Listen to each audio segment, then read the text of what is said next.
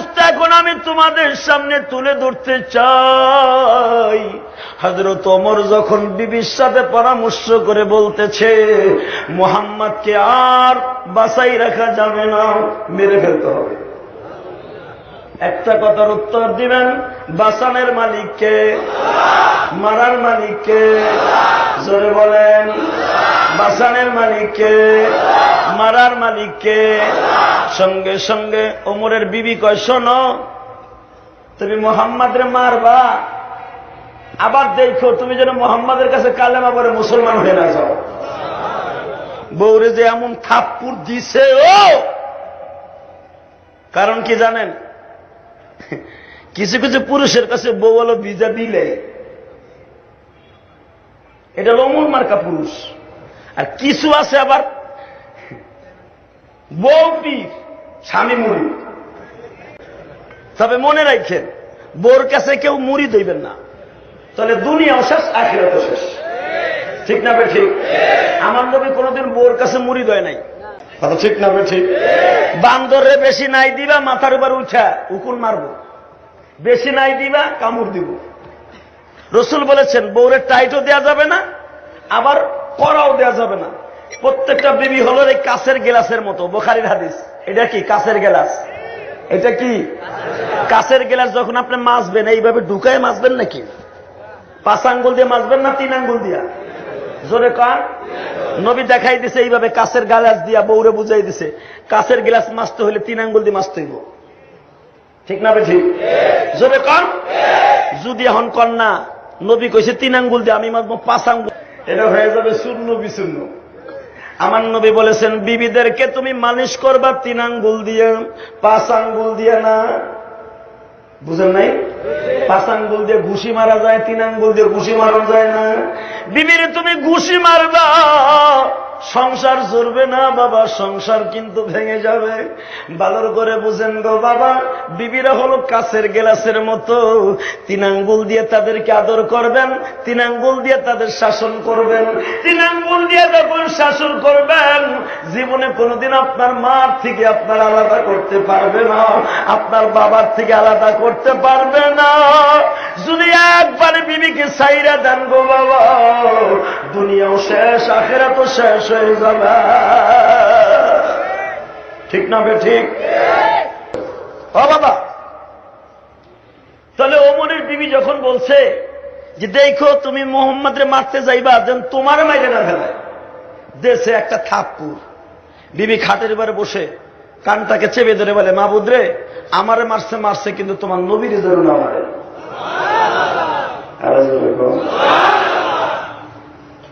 বিবির দোয়া কিন্তু কবুল হয়ে গেছে। ঘটনা কি জানেন? এই ওমরের বিবি ওমরের অন্তত 6 মাস আগে ইসলাম কবুল করছে। ওমর জানেই না। ওমর কিন্তু ঘর কাটতেছে বল লাগে, কিন্তু ওমর জানে না। ওমরের বিবি যখন বলল, শোনেন, একজন লোকের উপরে এত নির্যাতন করেন না। আপনারা ফুল মক্কার মানুষগুলো একটা লোকের পিছনে লাগছেন। হালাকি আপনি দেখান তো, একটা নজির দেখান তো, মুহাম্মদ আপনাকে বিরুদ্ধে কিছু কইছে কিনা। আর কি কইব?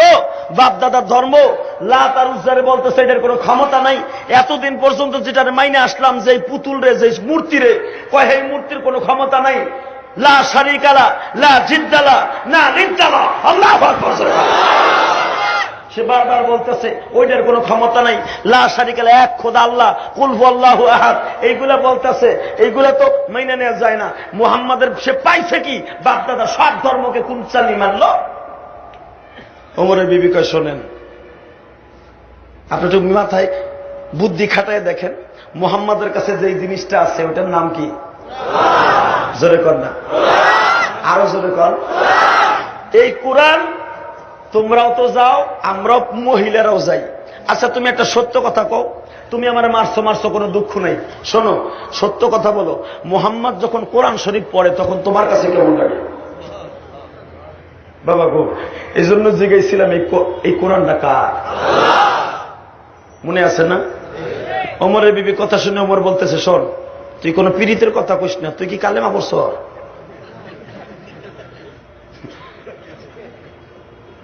মহিলাকে কিন্তু হঠাৎ বুদ্ধি।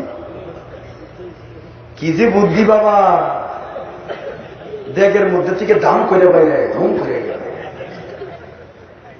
দেখেন ওমরের বিবি কি তাড়াতাড়ি বুদ্ধি বানা হেলাইছে। কি কও তুমি, তোমার ঘর করতাছি, তুমি যে তেজস্বর নেতা, তোমার শয়তান দেখলে ডরায়।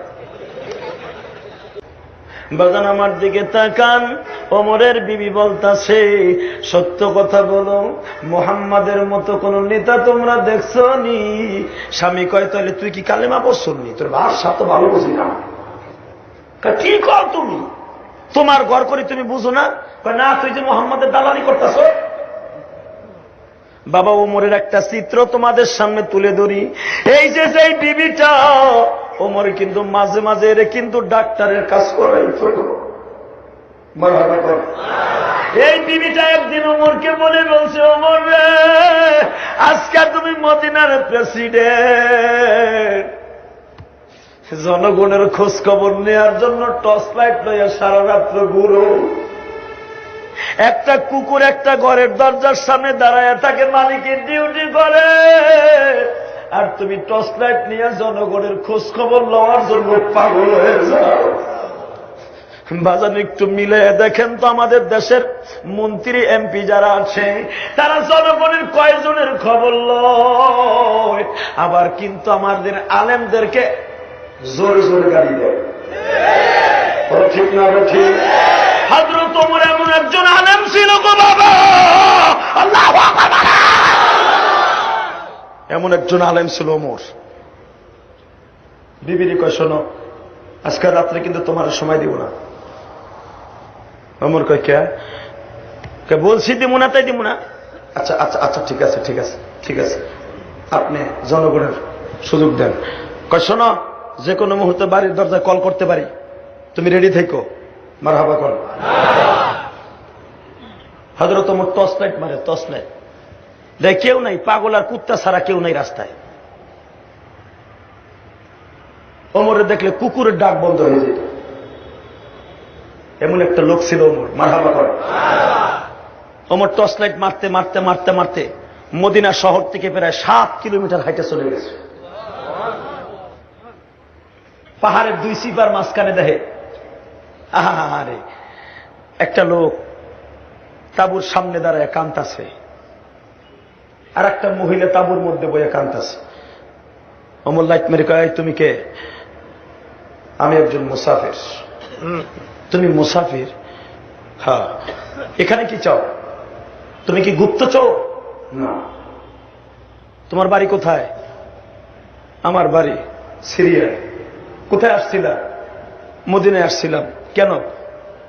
রাসূলের রওজাটা জিয়ারত করতে। মনটা খারাপ নাকি আপনার? ভালো আছে না? হ্যাঁ, ভালো করে দেখেন, ওমরের মতো নেতা পৃথিবীতে কোনোদিন আর আসবে কিনা। হ্যাঁ বাবা, সেই ওমর বউরে থাপ্পড় দিয়ে নবীর এখন মাথা কাটতে যাইব। ওমরের বিবি কিন্তু আজকে ওমরে ধরবো। মারহাবা বল। যখন জিজ্ঞাসা করে, কিরে তুমি সিরিয়ার থেকে এখানে আসছো রাসূলের রওজা জিয়ারত করতে? কয়, হ্যাঁ। তাতে ওই ঘরের ওই তাঁবুর মধ্যে কে কান্দে? কয়, ভাই গো, এটা আমার বিবি। কি হয়েছে? ভাবছিলাম আমার বিবি গর্ভবতী, অন্তঃসত্ত্বা, এই গর্ভ অবস্থা আমার নবীর রওজাটা একটু জিয়ারত করবো, আর যদি হয় বাচ্চাটা রাসূলের রওজার পাশে ভূমিষ্ঠ হলে আমার ভালো লাগবে। এই নিয়ত করে আসছি যে মদিনায় আমার সন্তানটা জন্ম দিই। ওমর বলে, ও তাহলে তোমার বিবি প্রেগনেন্ট? প্রসব বেদনা শুরু হয়ে গেছে। কয়, জি। আমি আমার বিবিকে কোন রকম আড়াল করে তাঁবু টানায় রেখে দিয়েছি। কোথায় যাব, কোনো কিছু পাচ্ছি না। শীতের মৌসুম, কোথায় যাব, কারে কি তালাশ করবো, এখানে তো কাউরে আমি চিনি না। তবে শুনছি ওমর বলে এই দেশের একজন আদর্শবান নেতা। ওমর বলে জনগণের খেদমত করে। ওমর বলে রাতের অন্ধকারে লাইট টুইট মেরে মানুষের খবর লয়। কই? ওমরের তো ভাই না। ওমর কয়, ওমরের দরকার? হ্যাঁ, শুনছি সে রাত্রে মানুষের খোঁজ খবর লয়। হ্যাঁ, ওমর যদি খোঁজ খবর লয়, ঠিকই ওমর খোঁজ খবর লইতেছে। মারহাবা বল। আপনার কি দরকার? আমার বিবির প্রস্রাব বেদনা শুরু হয়েছে, কোন দিকে যাব, কার সাহায্য তলব করব? ওমর কয়, আপনি আমার 1 ঘন্টা টাইম দেন। আমি রাত শেষ হওয়ার আগে আপনার তাঁবুতে হাজির হয়ে যাব। বাজান আমার দিকে তাকান। ওমর ওখান থেকে দোষ শুরু করলেন। আল্লাহর ওলি দৌড়ায় এসে বাবা বিবির দরজার সামনে ডাক দিয়ে কয়, ওমরের বিবি ঘুমাইছনি গো, ও আব্দুল্লাহর মা ঘুমাইছনি? সঙ্গে সঙ্গে বলে ওমরের বিবি। ওমর সাহেব কয়, ওমরের বিবি এটা কেমন হলো? আপনি কেমন প্রেসিডেন্ট? আপনি না বললেন রাত্রে আজকে আমার সময় দিবেন না? বিবি তোর সাথে পীড়িত করার জন্য আসি নাই, আমি আসছি একমাত্র তোরে ডাক্তারের কাজ করাবার জন্য। পানি লও নিলাম, একটা গরম কাপড় নাও নিলাম, কিছু খাবার সঙ্গে নাও নিলাম, তাড়াতাড়ি দোষ শুরু করো। বিবির ঘোরার পরে উঠাইয়া বাবা খুব দ্রুতগামী ঘোড়া দিয়ে তাবুর সামনে যায় বলতেছে, পথিক ভাই আমি আর আপনি একটু গল্প করি চলেন। আস্তে পাহাড়ের আড়ালে যে বাবা দুই ওই পথিক মুসাফির আর ওমর গল্প করে। ইন দি মিন টাইমে ওমর বিবিকে ভালো করে বলে দিয়েছে, এই আল্লাহর বান্দী যিনি তাঁবুর মধ্যে আছে তার যেন কোনো কষ্ট না হয়, সে যেন বুঝতে না পারে তুমি খলিফাতুল মুসলিমিনের বিবি। হ্যাঁ দোস্ত, নিতাকার কয় রে। ওমরের বিবি আল্লাহর বান্দির সাথে পরামর্শ করতেছে, কথাবার্তা চলতেছে। এর মধ্যে গল্পের মাধ্যমে আমার আল্লাহর রহমতে বরকতে বাচ্চাটা দুনিয়ায় চলে আসছে। আরো জোরে কম। বাচ্চার কান্না যখন ওমরের কানে স্পর্শ করছে, আস্তে করে ওমরের বিবি বাচ্চাটাকে নতুন কাপড়ে পেঁচাইয়া গেটের সামনে দাঁড়ায় মানে, ও পথি যেই জন্য আসছেন সে তো এখন দুনিয়ায় চলে আসছে। ওমর জিজ্ঞাসা করতেছে, ছেলে না মেয়ে? বলে ছেলে। তুমি আদর করতে থাকো, আমি তারে নিয়ে গল্প করতে থাকি। ওমর বলে, ভাই আসো, তোমার বিবির খাবার দরকার, আমি নিজে পাকায় দেই। হযরত ওমর নিজে কাষ্ঠ জ্বালাইলেন বাবা, নিজে পাক করে দিলেন। পানি গরম করে বিবির হাতে দিলেন। ওই মুসাফিরের বিবি কোমরের বিবি গোসল করাইলেন। গোসল করায় কাপড় পরিধান করাইয়া তাঁবুর মধ্যে বসাইয়া ওমরকে ডাক দিয়ে বলে, রাত শেষ হয়ে যাবে, চলো রওনা দেই। যখন আল্লাহর ওই বান্দিকে খাওয়াইয়া, হযরত ওমরকে খাওয়াইয়া, ওই মুসাফিরকে খাওয়াইয়া ওমর আর ওমরের বিবি যখন রওনা দেয়, ওমরের বিবি এখন জিজ্ঞেস করে, ও খলিফাতুল মুসলিমিন, তুমি একদিন গেছিলে আমার এতিম নবীর মাথা কাটার জন্য, আজকে তুমি সেই নবীর আদর্শ লইয়া রাতের ঘুমকে হারাম করিয়া রাতকে রাত তুমি মানুষের সেবা করো। ওমর বলে, বিবির লজ্জা দিস না, আগে যদি জানতাম নবীর ধর্ম এত সুন্দর, বাকি জিন্দিগি যে কয়দিন চলে গেছে ওই কয়টা দিনও আল্লাহর রাস্তা ছাড়া কাটাইতাম না। ভাইজান আমার দিকে তাকান। ওমর যখন ওই লোকটার কাছ থেকে বিদায় নেয়, যাইবার সময় বলে যায়, মুসাফির ভাই তুমি যদি ওমরের দপ্তরে কোনোদিন যাও, ওমরকে তালাশ করে পাইয়া সালাম দিও। ওমর কয়, ওমরে সালাম দিও, এটা কেমন হইল? সঙ্গে সঙ্গে কয়, শোনেন কি, আপনি তো ওমরের দপ্তরে যাওয়ার আগে বললেন সালাম দিতে, আরে ওমর প্রেসিডেন্ট না হইয়া আপনি প্রেসিডেন্ট হলে ভালো হইত। সুবহানাল্লাহ। ওমর কয়, ঠিক আছে দেখা হইব, আইয়েন। কিন্তু লোকটা তো চিনে নাই এই যে কেডা। বিবি যখন একটু সুস্থ, এর ভিতরে বাবা এই কয়দিনের ভিতরে ওমর কিন্তু তাদের কাছে খাবার পৌঁছে দিয়ে গেছে। নিজে মাথায় করে গোশ রুটি পাকাইয়া ওই তাঁবুর মধ্যে ডেলি দিয়েছে। আরে আর একটু জোরে করো না, আরো জোরে কর। ওই আল্লাহ আছে না? বিশ্বাস হয় না? মারহাবা কন্ত দিহি।